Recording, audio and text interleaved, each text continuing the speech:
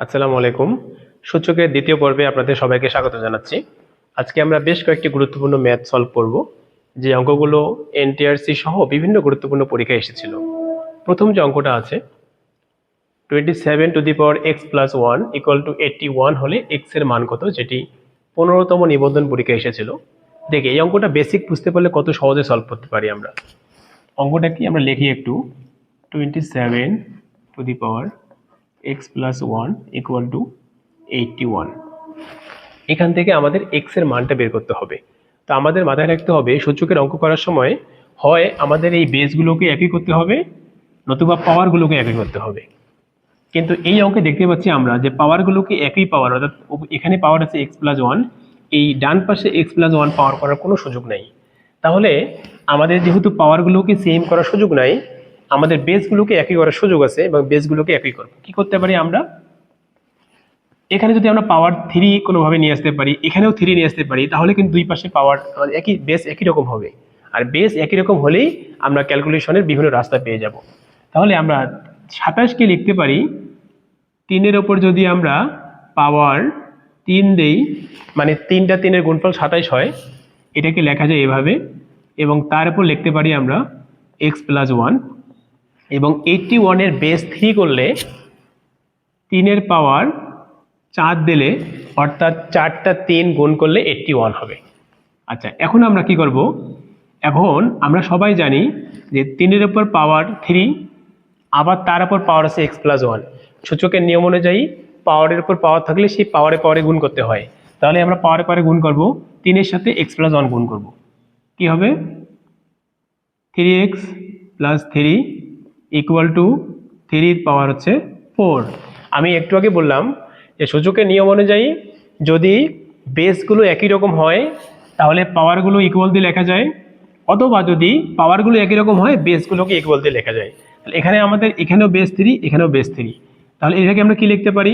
পাওয়ারগুলোকে equal লিখতে পারি। এখানে পাওয়ার 3x + 3, 3x + 3 = আমরা 4 লিখতে পারি। তাহলে এখন ক্যালকুলেশন বা যোগ বিয়োগ করলে এটাকে লিখতে পারি 3x = 4 - 3 = 1।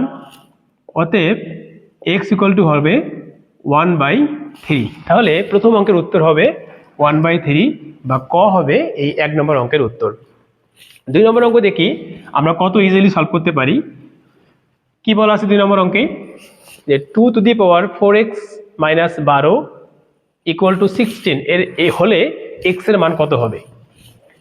2 এর পাওয়ার কত দেওয়া আছে?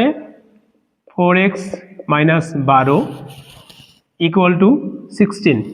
তাহলে একটু আগে আমি বললাম যে সূচকের নিয়ম অনুযায়ী হয় বেসগুলোকে একই রকম করতে হবে, নয়তো পাওয়ারগুলোকে একই রকম করতে হবে। কিন্তু প্রথম যে বাম দিকের রাশিটা আছে, এখানে যে পাওয়ার দেয়া আছে 4x - 12, এই পাশে কিন্তু 4x - 12 পাওয়ার নিয়ে আসার কোনো সুযোগ নাই, কোনো অপশন নাই। তাহলে আমাদের করতে হবে কি? বেসগুলোকে একই রকম করতে হবে। তাহলে বেস আমরা একই রকম করব। এই পাশে 2 আছে, এই পাশে 2 বেস নিয়ে আসবো।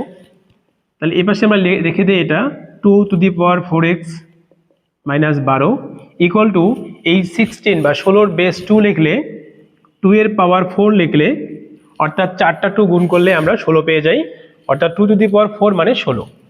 এখন আমরা সবাই জানি যদি বেসগুলো একই রকম হয়, এখানেও 2 এখানে 2, যদি বেসগুলো একই রকম হয় তাহলে পাওয়ারগুলোকে ইকুয়াল দিয়ে লেখা যায়। আমরা তাহলে কি লিখতে পারি? এই পাওয়ার = এই 4 লিখতে পারি আমরা, অর্থাৎ 4x - 12 = 4। এখন বাকিটা ক্যালকুলেশন যোগ বিয়োগ। এটা লিখতে পারি 4x = এই -12 এই পাশে +12 +4, এটাকে লিখতে পারি আমরা 4x যোগ করলে 16 x, অতএব x = 4। তাহলে 2 নম্বর অঙ্কের উত্তর হবে 4। 3 নম্বর অঙ্কটি আমরা একই সিস্টেমে একই ওয়েতে ক্যালকুলেশন করব। কি বলা আছে? 9 to the power x + 2 = 81 হলে x এর মান কত? এটি একটা গুরুত্বপূর্ণ পরীক্ষায় এসেছিল।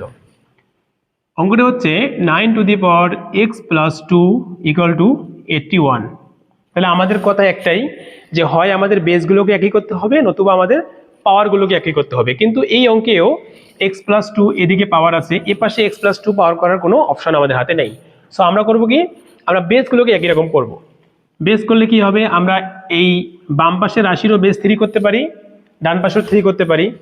এখানে 3 করলে কি হবে, বেস 3 করলাম, 3-র উপর আমরা স্কোয়ার দিলাম, 3 3 9, এইটার উপর পাওয়ার হচ্ছে x+2 আগের পাওয়ার, ইকুয়াল টু আমরা লিখব 3-র উপরে পাওয়ার যদি আমরা 4 দেই, এটাকে লিখতে পারি 4টা 3-এর গুণফল মানে 81। এখন সূচকের নিয়ম অনুযায়ী পাওয়ারের উপর পাওয়ার থাকলে সেই পাওয়ারের পরে গুণ করতে হয়, অর্থাৎ এখানে আমরা 3 লিখব, এই জায়গায় 2 আছে, 2 এর সাথে x+2 গুণ হবে, তাহলে গুণ করলে কি হবে 2x + 4 হবে। এপাশে লিখতে পারি 3^4। এখন যেহেতু বেসগুলো একই রকম, এখানেও বেস 3 এখানেও বেস 3, যেহেতু বেসগুলো একই রকম আমরা এটাকে লিখতে পারি, কি লিখতে পারি 2x + 4 = 4, অর্থাৎ এই পাওয়ার ইকুয়াল টু এই পাওয়ার। এখান থেকে আমরা লিখতে পারি 2x = 4 - 4 = 0, অতএব x = 0। তাহলে এই 3 নম্বর অঙ্কের উত্তর হবে 0। এভাবেই আমরা এই টাইপের অঙ্কগুলো খুব ইজিলি সমাধান করতে পারবো।